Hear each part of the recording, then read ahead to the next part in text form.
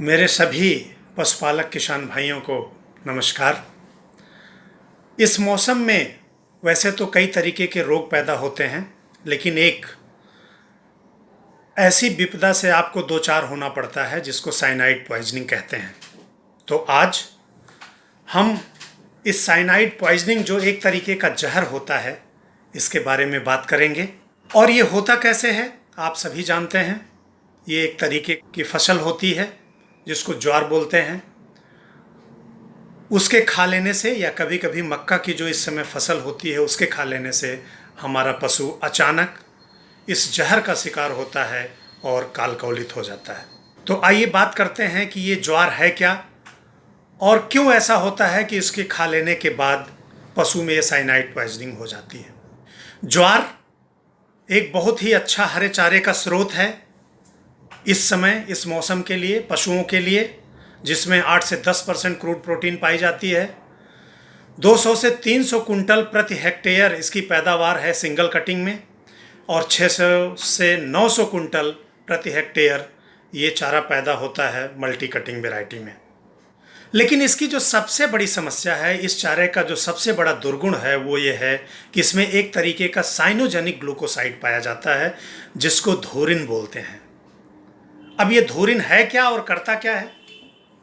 ये एक तरीके का साइनोजेनिक ग्लूकोसाइड है जो हरे चारे के रूप में, जब भी पशु हमारा गाय या भैंस इस हरे चारे को खाता है, खाने के बाद ये उसके बड़े पेट में जाता है और वहाँ पर धूरिन जो है माइक्रो ऑर्गेनिज्म की सहायता से हाइड्रोलाइज होकर के छोटे छोटे टुकड़ों में टूट करके ये साइनाइड में परिवर्तित हो जाता है।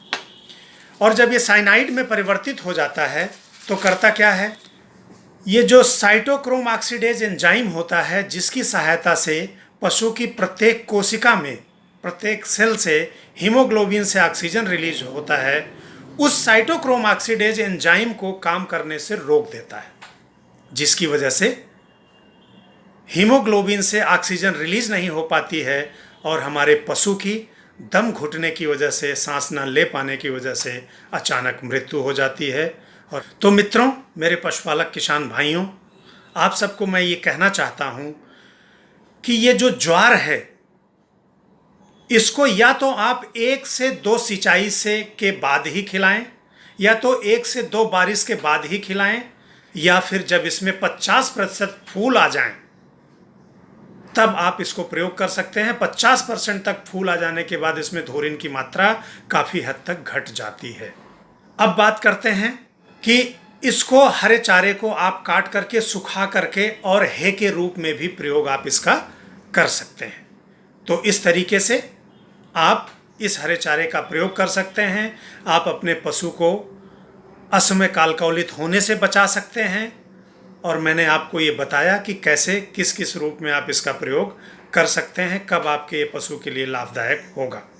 और अंत में चलते चलते एक चीज़ और, कि यदि ऐसा हो भी जाए, आपको पता लग गया कि आपका पशु अचानक खेत पर के गया था और उसने वो ज्वार खा ली, वो मक्का खा लिया जिसमें अभी सिंचाई नहीं हुई थी, और आपको लगता है कि वो परेशान है, मुंह से झाग आ रहा है, तड़प रहा है, गिर गया है या बहुत ज़्यादा हाँफने लगा है, छटपटाहट है, तो तुरंत पशु चिकित्सा अधिकारी की सलाह लें।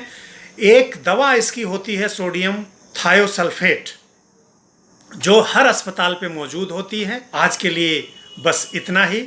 आगे फिर बहुत सारी आपकी छोटी छोटी इन्हीं समस्याओं को लेकर के मैं आता रहूँगा और आपका ज्ञानार्जन, आपका ज्ञानवर्धन और बहुत ही व्यावहारिक चीज़ों से आपको रूबरू कराता रहूँगा। तब तक के लिए बने रहिए मेरे साथ। नमस्कार।